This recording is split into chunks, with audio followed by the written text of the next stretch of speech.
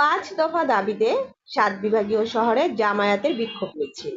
PR পদ্ধতিতে আসন্ন জাতীয় নির্বাচন সহ 5 দফা দাবিতে 3 দিনের কর্মসূচি পালন করছে জামায়াত ইসলামী। শুক্রবার 19 সেপ্টেম্বর দ্বিতীয় দিনে দেশের 7 বিভাগীয় শহরে বিক্ষোভ মিছিল করছে জামায়াত। এতে অংশ নেবেন দলটির কেন্দ্রীয় নেতারা।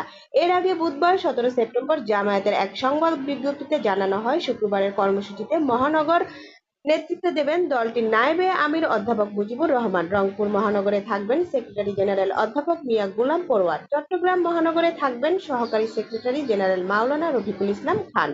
অন্যদিকে সিলেট মহানগরের নেতৃত্বে থাকবেন সহকারী secretary general doctor AHM Hamidur Rahman Azad.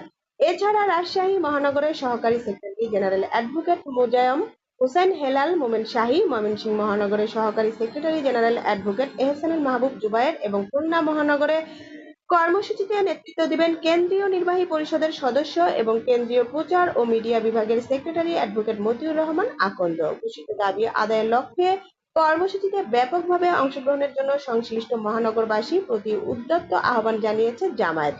জামায়াতের 5 দফা দাবিতে যা আছে: 1. জুলাই জাতীয় সনদের ভিত্তিতে আগামী ফেব্রুয়ারিতে নির্বাচন আয়োজন করতে হবে। 2. আগামী জাতীয় নির্বাচনে সংসদের উভয় কক্ষে পিআর পদ্ধতি চালু করতে হবে।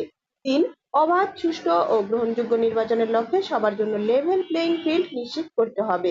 4. ফ্যাসিস্ট সরকার সব জুলুম ও গণহত্যা, দুর্নীতি বিচার দৃশ্যমান করতে হবে। 5. স্বৈরাচারের দোসর জাতীয় পার্টি ও 14 দলের কার্যক্রম